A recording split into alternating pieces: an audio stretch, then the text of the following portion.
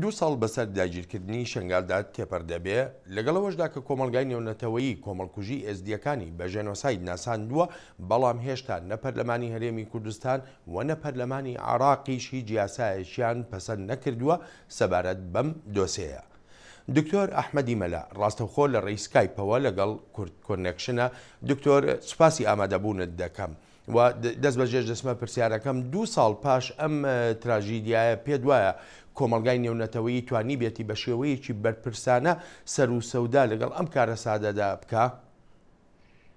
ڕاستیەکەی کارەسات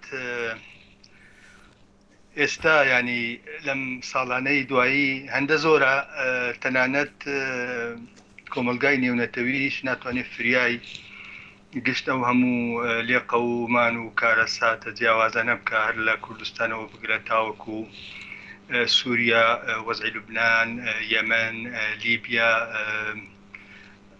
لەم ماوەی دواییش لە تورکیا و تا دوایی.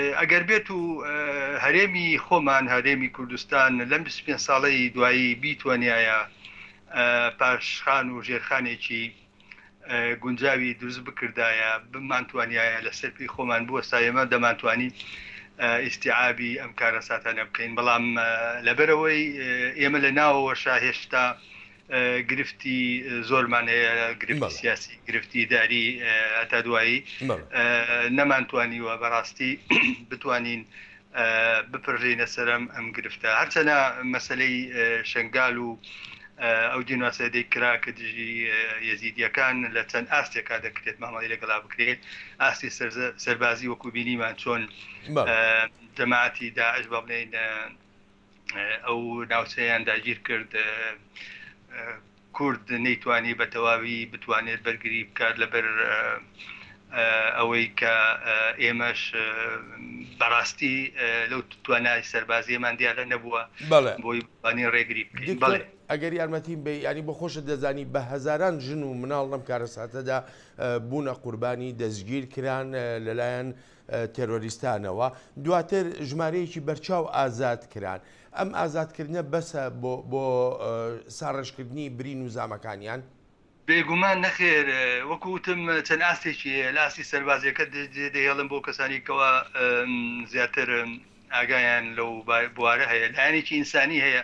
تاکو ئێستاش ئەو برینە نەکولاوەتەوە، تەنانەت دەوترێت لە چیاکانی شنگەڵ هێشتا خەڵکانێک ماونەتەوە کە ناتوانن ئازاد بکرێن و بێنەوە ژیانی تایبەتی خۆیان بەسەر بێت.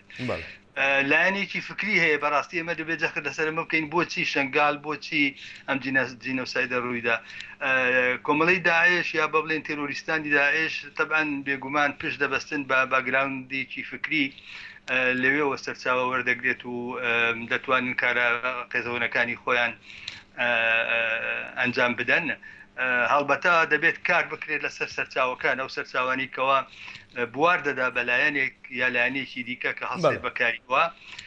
بۆیە بانگەوازی ئەوە دەکرێت کە ئەوانی کەوا لە بواری ئاینی ئیش دەکەن با بڵێن مجتەهیدینن، بتوانن خوێندنەوەیەکی نوێیان هەبێت بۆ کەلوپوری ئیسلامی و وەکو با بڵێن شەنوکەوێکی ئەو فکرانە بکرێت بۆ ئەوەی بەس ئەگەر یارمەتیم بێ دکتۆر، ئەگەر یارمەتی بە لێرەدا ئەو هەزرەی ڕێکخراوی تەرۆریستی دەوڵەتی ئیسلامی هەر تەنها پاشخانێکی ئاینی هەیە، ئەی پاشخانە ناسیۆنالیستی عەرەبیەکەی؟ بێگومان داعش بەڕای من لێ ترێنجانی جەماعەتی ماوەی قاعیدەیە لەگەڵ فکری باسی. ینی ئێمە دەبێت بپرسین بۆچی سەرەتا هێرشیان کردە سەر منطقە کوردیەکان، یەزیدیەکان لایە تەنانەت نزیک بوونەوە لە هەولێر. ئەمە بێگومان ئەم هێرشە دەستی باسی تێدایە، بەڵام بەعس خۆی لە خۆیدا ئیشی کردووە و ئیش دەکات لەسەر چەند چەمکێک، یەکێک لەو چەمکانە پانعەرەبیسمە، ینی دەیەوێت